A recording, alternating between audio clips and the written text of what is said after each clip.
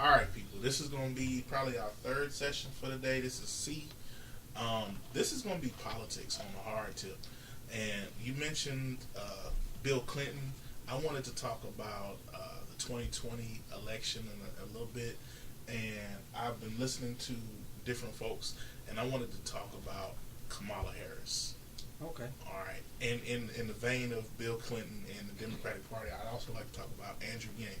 Now we can talk about some other cats also, but those are the two that in this time frame that have come across my window of knowledge. And I'm familiar with Bernie Sanders and some of the other folks that I historically ran, but definitely on the Kamala Harris tip, my thought pattern is she is in the vein of Obama, a plant.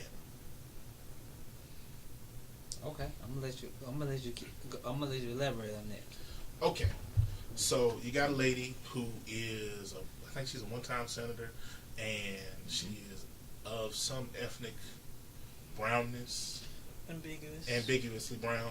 Mm-hmm. I think she's married to a white man. I think she is married to a white man, and if I'm not mistaken, her mother is Indian and her dad is Jamaican and black and something. Yeah, he's Jamaican though. I think her father is Jamaican though. I saw a picture of him. I think her mother is from the islands too. Her mother is from the islands, but she's Indian. Okay. So I'm not saying that to knock her. Still saying black to me. She went to Howard University. She went to Howard University. She went to Hampton.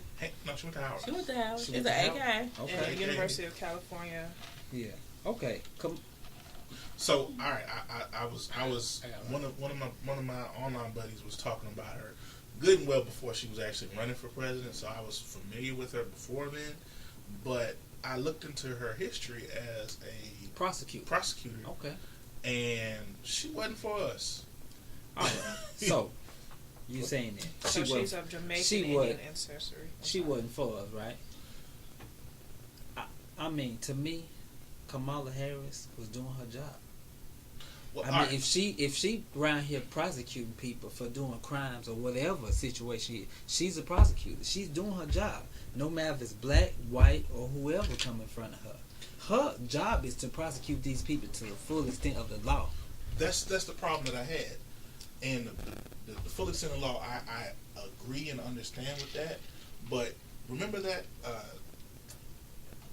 tech that was out there.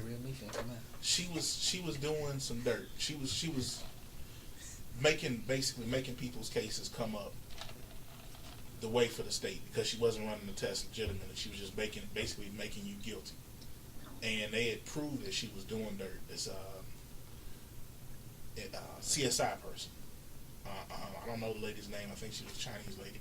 And they proved this, and they didn't want to overturn any of those cases where they basically. So just imagine somebody pull you over. You got something in your car that's nondescript. It's not nothing illegal, but they say it's something illegal. You got a salt packet in your car, and they say it's crack. Okay. Now, I don't know how many cases it was enough, and you're going to jail for a long perceivable time for something that was on you that you didn't have. She was out of San Francisco. Mm-hmm. All right, so you telling me Kamala Harris out of San Francisco, a prosecutor, which Oakland, San Francisco area, right? Oakland is what, predominantly black, right? Mm-hmm. So most of the crime probably can be committed by black people. You saying that this lady, who's a black lady herself, wanted to move up the ladder by prosecuting her own people and throwing them, like basically throwing them under the bus so she can shine? Yep. It's just hard for me to believe though. I just don't see the gain. I mean, what she was gaining from that. Yeah, you can say what you want to about her. She had a white husband and all that. But this lady, in all honesty, I care less who you marry. Who you love is on you. Yeah. But so these people who are out here talking bad about Kamala Harris. Kamala Harris, she's a black lady. She went to Hampton, Harvard, Howard, whatever you want to say. She went to HBCU. Her background is black. She is a black lady.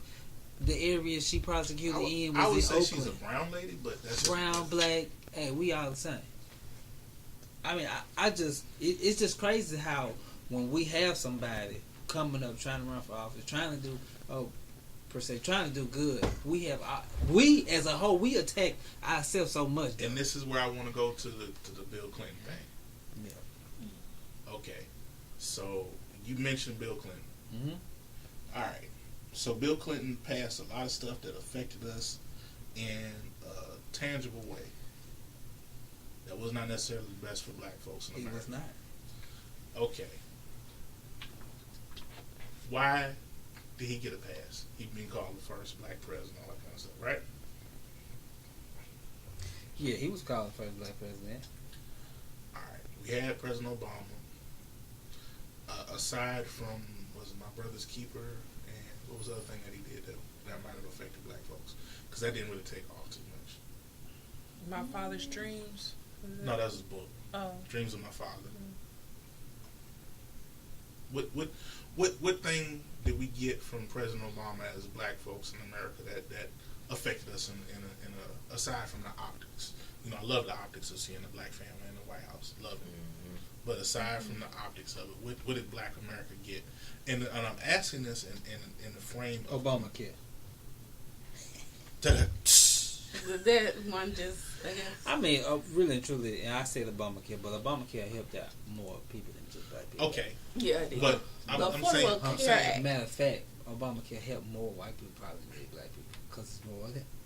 What I'm getting at though, with the whole question of the reason why I think she's catching a lot of energy, is she kind of stepped into that same circle that Hillary Clinton stepped into with the hot sauce in the bag swag. Remember that Breakfast Club interview that she did? Yeah. When she was running? Mm-hmm. And she kind of seemed like she was pandering. And a couple of instances that I've been following Lady, and in a couple of instances I've seen, it seemed like she was kind of pandering to black folks as opposed to, and then the personalities I've seen basically got on her because, hey, we want a quote-unquote black agenda. I don't know what a black agenda is. I'm black in America. I don't know. Is that schools? Is that black farmers' needs? What is a black agenda? Because people have her out here trying to prove that she black. Her blackness. She shouldn't have to prove that she black. She's black. I mean, you saying she pandering, but she, like I said, she's out here trying to prove that she's black. If I was her, like I said, she's black. Everybody knows she's black.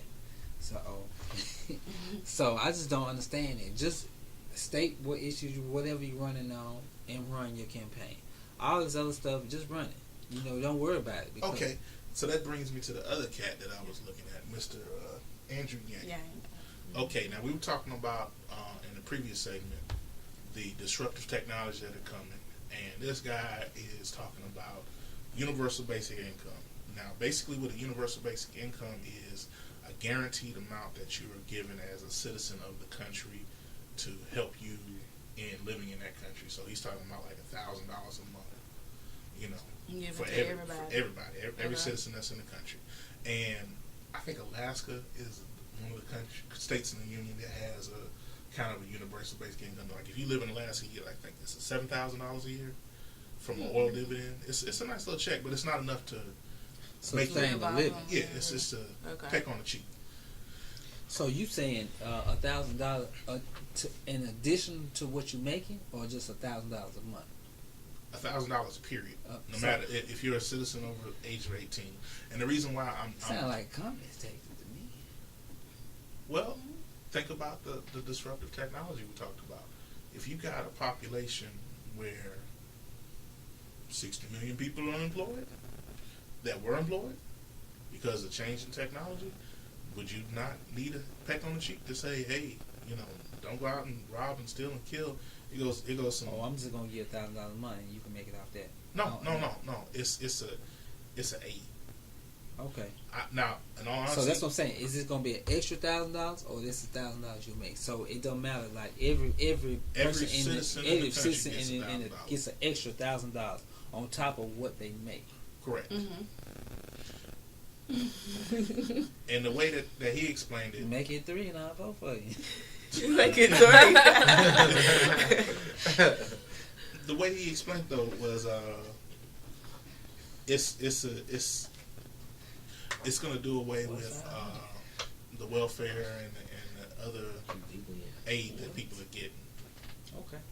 And I'm saying this because in comparison, he came with a platform, and looking at the things that are coming that I see in front of us, it was more interesting. Even though I think we should have some reparations, some other things that are black specific before that happens. In comparison to her candidacy, where it was like, okay, she's trying to be Obama 2.0. And you said running on. What's the statement you just made? Black specific. Yeah, I'm not saying that she needs to have a black specific candidacy, but the platform. I didn't hear anything, in her camp that's a platform. But you can't run on that. I mean, if you make it specific to black people, then you lose most of the. I know what you're saying, but I'm just saying she cannot run on that though. No, what I'm saying is I don't want pandering. I want a platform. And if you're coming at me and you're pandering, where's your platform? Even if you're saying she doesn't have a platform, nothing that you have found or heard. I've only seen the negatives, and like the whole thing that, in my opinion, that killed Hillary Clinton's candidacy was she had a platform, but it was rah-rah feminism kind of platform, and we needed rah-rah America, and Trump did a rah-rah America with a populist platform. Yeah. But see, I think Trump, the reason why Trump ran, because, I mean, I don't know if you agree with this or not, most of the country is jealous. Mm-mm. Yeah, hear me out. Most of the country is jealous, and that's what Trump ran his campaign on. Jealous of what? Okay, so you got people in major cities making all this money, doing it in New York, LA, Chicago, whatever.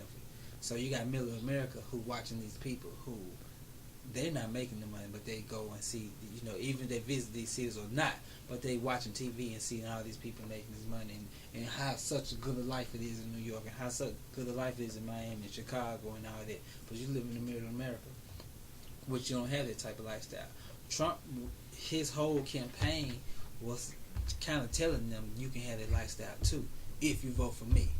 Well, you can have this I get if what you're you saying, vote for me. But this goes into that whole automation thing.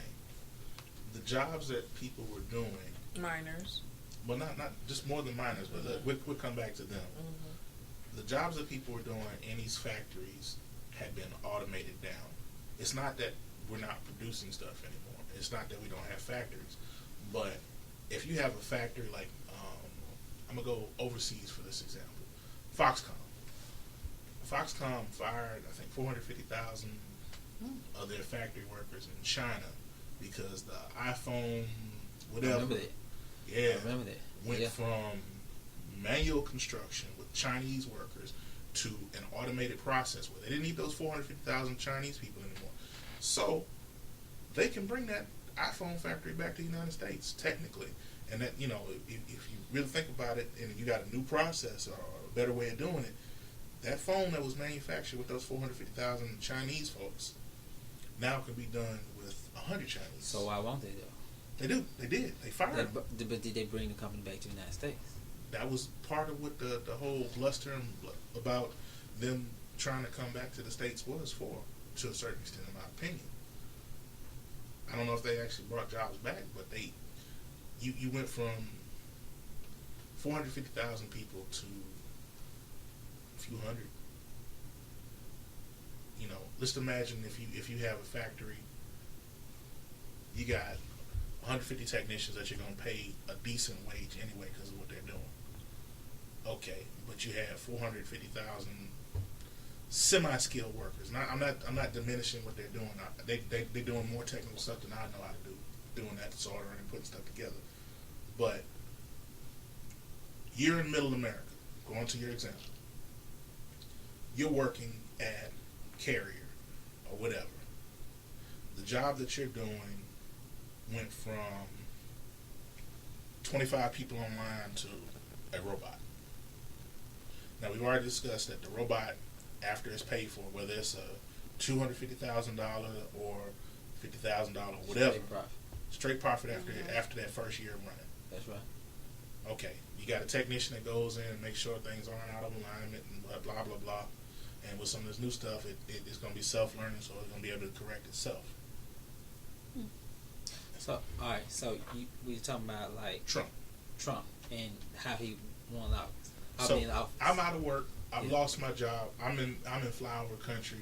I don't think that Hillary Clinton is talking to me. I'm a white woman, because in my opinion, white women are why he won the election, because they basically said we don't trust her. I agree. Because if you look at the male-female ratio, I looked at it for the state of Mississippi. Except for 7 counties, and I'm pretty sure those 7 counties have prisons in them, there are at least 11 more females to men in that county. And I'm pretty sure the 7 that are not out of that ratio are probably because there's prisons in those counties. So if there are, on average, 11 more women, and like, if you look at the statistics after 21, from 0 to 21, there might be more males, but after 21, we drop off like flies. So a candidate to win, you got to get the white woman vote, you got to get the black woman vote, and then whoever else you can get to tag along as far as a coalition. Now, he got the white woman vote. That was the truth. Black men really didn't vote in that last election, from my understanding. Black women primarily voted for Hillary Clinton. And unless you have all of us, it ain't working. And you see that right now the Democratic Party is pandering a lot to the Hispanic vote. And I had nothing against my Hispanic brothers and sisters out there. You know, God bless them. It's a tough road to hoe. Yeah. Yeah. Marcus, I'm gonna need you to say something about it. I don't know, Andrew Yang. I just saw like he's gonna be on the Breakfast Club on Wednesday, so I might want to listen to his interview there. We go from there. I didn't see that on he tweeted that, so I was like, okay, cool. All right, let me do one more thing. Say one more thing about this Middle America. Okay, say like companies like Amazon. Amazon was trying to move New York City, right? And New York, they wanted all these tax breaks, concessions. Mm-hmm. So Amazon decided not to go to New York because New York said no. New York City said we're not gonna give you these concessions. So it's all these cities applied for Amazon to come in their town, but Amazon probably gonna pick either Eastern Shore or a West Coast place of base. But see, if you move in Middle America and you move to Nebraska or Mississippi or Louisiana, and you bring more jobs to these places, but see, Middle America can't get companies like this. That's what's killing the vote too, though, because like I said, you seeing these cities growing and doing all this. They Democrats, but Republicans are Middle America, and they watching these people getting these good jobs, and you have to move to these areas to get a good job while we sitting in the middle of struggle. Well, all right. So to me, you talked about the Amazon plant. Yeah. All right. So I got a buddy that's in Carolina, and he told me that they just recently had something there. He got a Amazon thing nearby, so you get the expedient delivery and expedited delivery and the coolness of having it there. Why, if I'm Amazon, if I have a robot workforce that's moving the packages around in the factory, so the people that used to be, go grab stuff, don't really need them, so the factory can really be anywhere. Why would I move that factory to where I have to ship it to that point when, if you look at geographically, population centers are on the coast, near the water? Why am I moving into Middle America? What's the benefit? Help the economy out. How so? Help that part of the country out. So you mean to tell me help the country out? I need to move my factory from where, or not my factory, my storage facility, from where it would be beneficial to into the country where I don't have stuff going down. And see, you're going to have to ship it anyway, though. You're going to have to ship anyway. So so you're going to have to ship your stuff. So anywhere you go, you're going to have to ship it. Make me understand. Because, okay, so if you are in L.A., New York, wherever, Amazon based there, the factory based there. On the storage facility. The storage facility based there. Based there. So you would have to ship stuff from there to Mississippi, to Louisiana, to Arkansas, or your central locations. Say you have certain central locations. Okay, you got a smoking hub system. Okay, yeah. So, but you don't have a hub system like in this area, Louisiana, Alabama, Mississippi, Arkansas area. But you would ship their stuff in from Florida, Miami, the Dallas and stuff like that. It'll be better for that state, wherever state you're in. It'll bring more revenue into that state. You helping that state revenue grow. But so I'm now business. Looking at that, I understand you're a business, but guess what? I'm not here to help you. And I understand that, but you talking about the Republicans and Democrats and the Republican people who stay in this state or in states around surrounding us are looking at that situation. See, we can't get those kind of jobs to come here, even if most of the stuff is automated. It brings in revenue to the state. Well, even with that point of having it in Middle America, but most of the places say there is already a distribution site in Florida, so which is a decent population. So the next place would be, like he said, on the East Coast, and another reasonably populated area to branch from that versus Middle America webbing out. You having here, and maybe one or two on the West Coast. Have you ever looked at the election map from the last election? Yeah. Okay, so you got the East Coast where you got a large population. Democrat one. You got a West Coast where you got a large population, and you follow, the population hubs follow basically the transportation routes. Yeah. You get to, you got counties here that probably have less than 6,000 to 10,000 people. Have you seen the commercial where the woman said, "I'm the mayor, the treasurer, and all these other things"? Yeah. So why go there? But this was supposed to be politics. We talking about It's dealing with politics too, because Amazon brings in more people, more diversity. You have more, just say, okay, because the man who over Amazon, Jeff Bezos, he's a Democrat, right? Mm. I think he gives a lot of money back to the Democratic Party. So you're looking at you bringing your base, you get more people to side your way if you bring in a business. You see what I'm saying? That brings in different demographic of people, different experience, a different way of life. You see what I'm saying? That will help out. But if you leaving these people here, and you hiring local people, you see what I'm saying? You gonna see that though, huh? Do you see what I'm saying a little bit though? Not really. Not really. No. I think business's ultimate prerogative is to make money. I understand it to make money, but you can make the money anywhere. That's just like, okay, take it in sports. We're gonna go sports route. Okay, I'm a major market team. I'm the Yankees, and you got the Tampa Bay Rays or whatever. Is that the Rays? Tampa Bay Rays. Okay, Mm-hmm. They had a good run a few years back where they were doing all right. Yeah, but I'm the Yankees. Didn't they win the World Series before? I believe so. Yeah. All right, so this is what I'm saying. Middle America just want a chance. Just give them a chance. That's all they want. And hey, if we don't win the World Series, but once every 20 years, we still got a chance. We got something in this game. See, right now, Middle America doesn't have anything in the game. And like I said, it's looking up, and it's like, sound like you beat or something. Right. Like, what is the background? Just some apple juice. So you said Middle America wants to be heard. Yeah, Middle America want to be heard. They want to play in the game. They want to be a player. They want to be a player. America is not playing the game now. So that goes back to politics, because most of America are Republicans.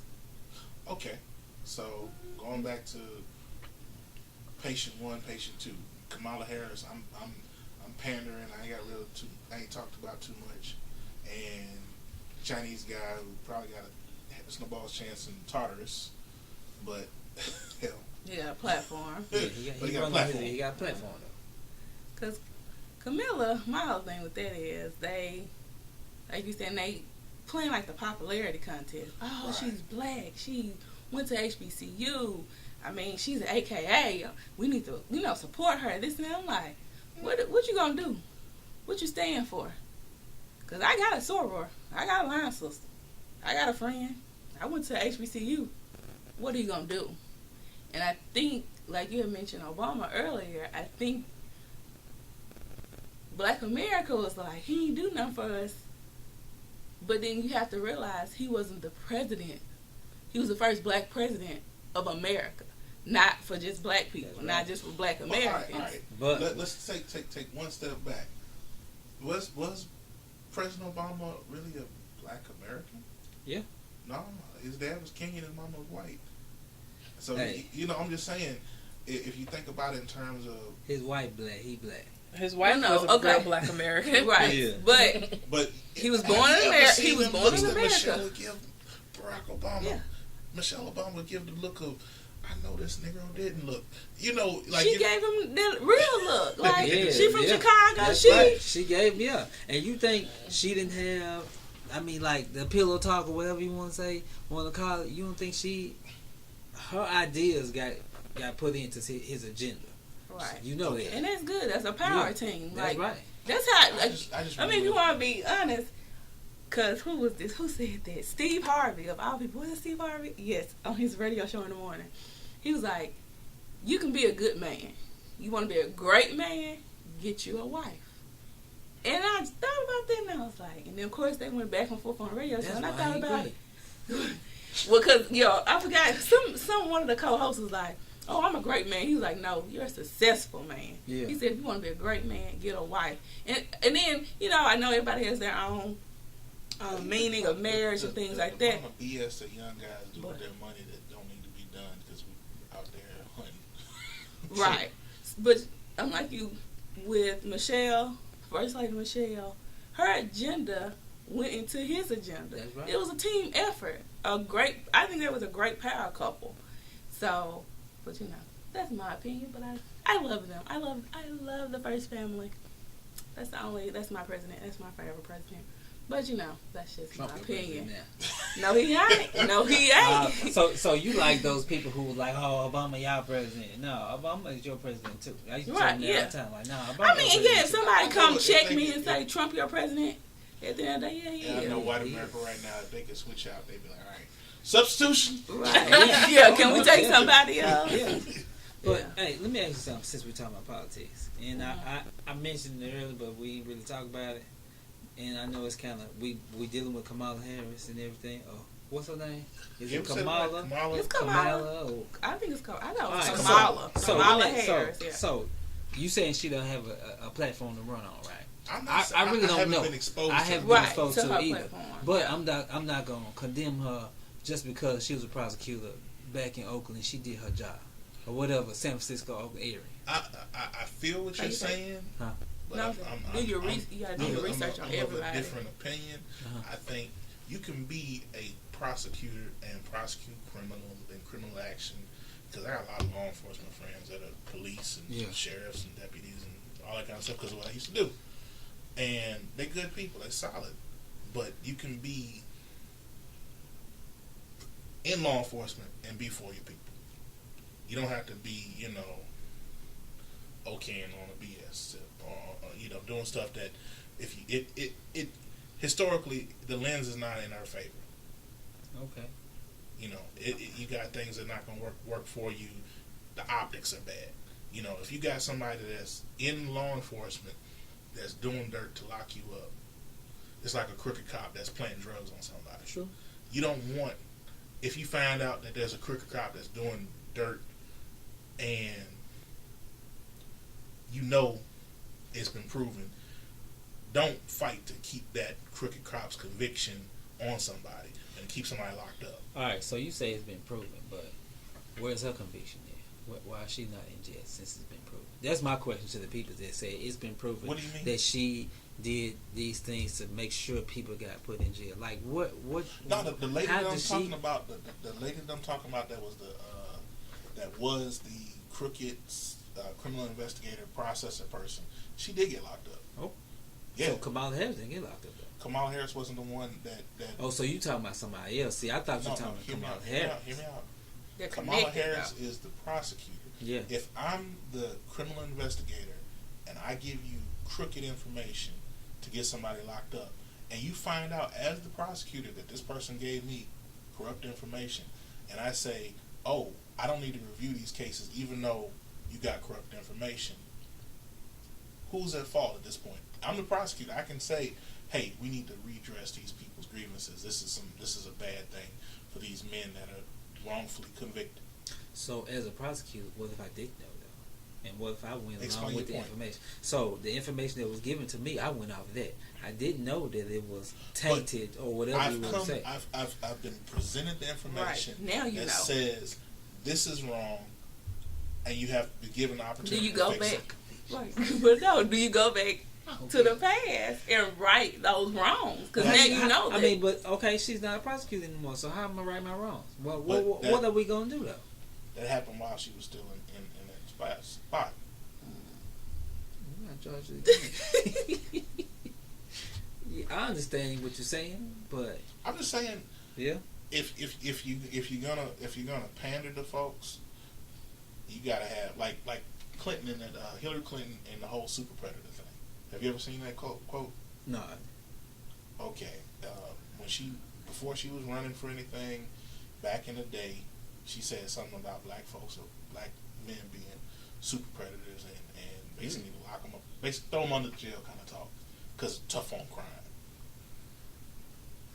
And this is not hidden history. It's just something that because of our age, 10, 12 when she might have said yeah, this. So like 90s. Yeah. So my question is to you is, so you're saying she said that back in 1990, 92, 93. So you still hold that against her today?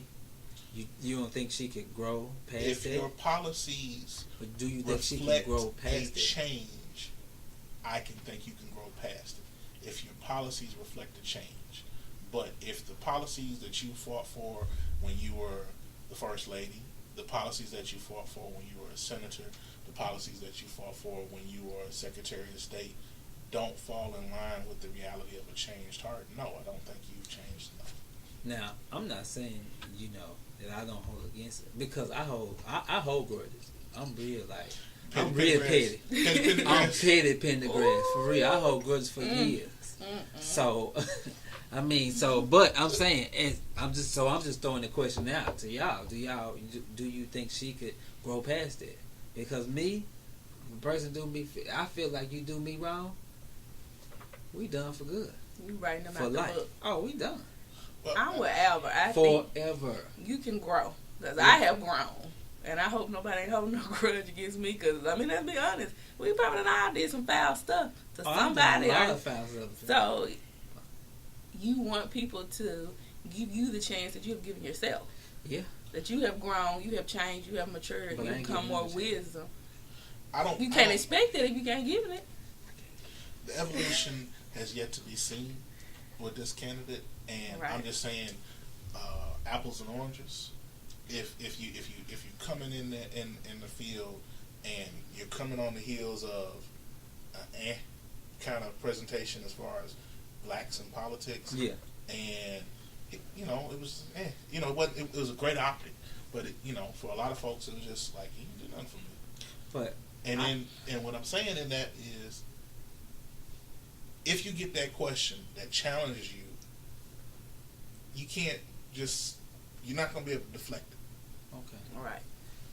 But my thing is, like you said, if you get that question, will challenge you. But let's give her a chance. Let's just not write it off because of what we heard from somebody else or how they don't like her. Because this is a lot of, like I said, we always, when we get somebody who wants to run for office and do that, it's a bunch of us come out against this person.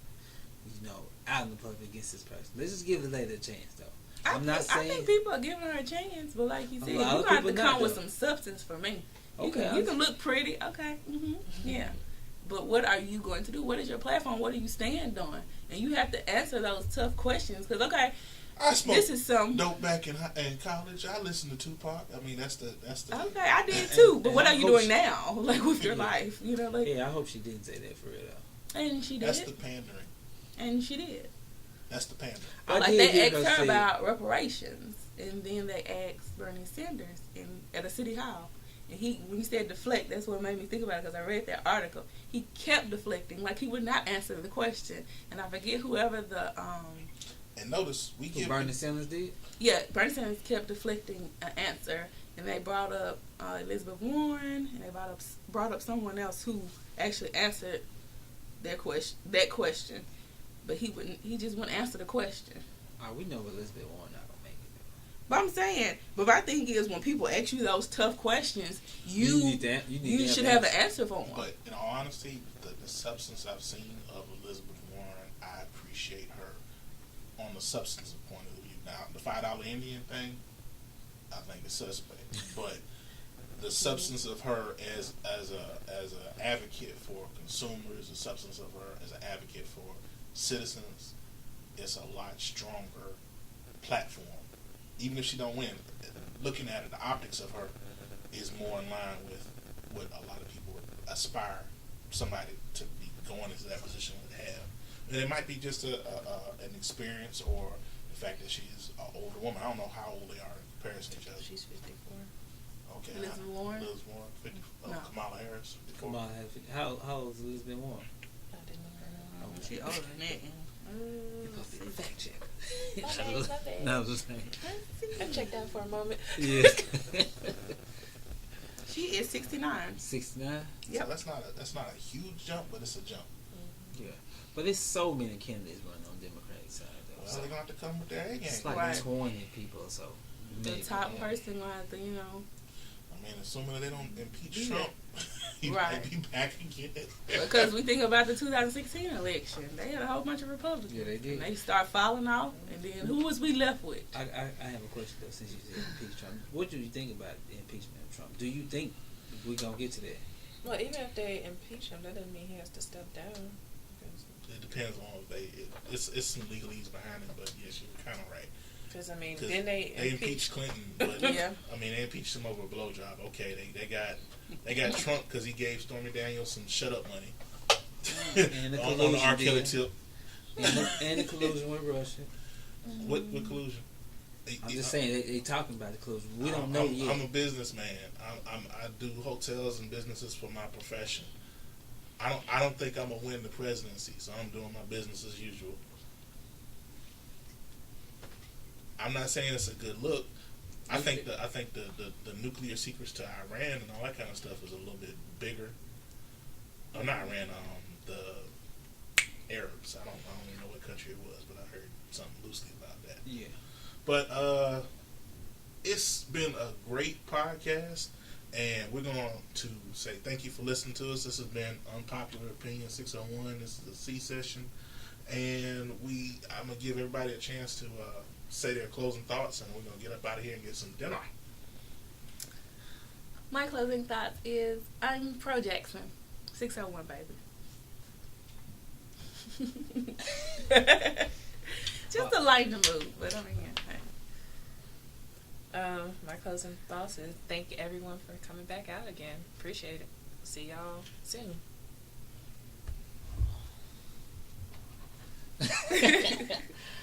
My closing thoughts is I just want to speak on it. Just give every candidate a fair chance. All right. Thank y'all for listening. If you made it through all this, it's been awesome.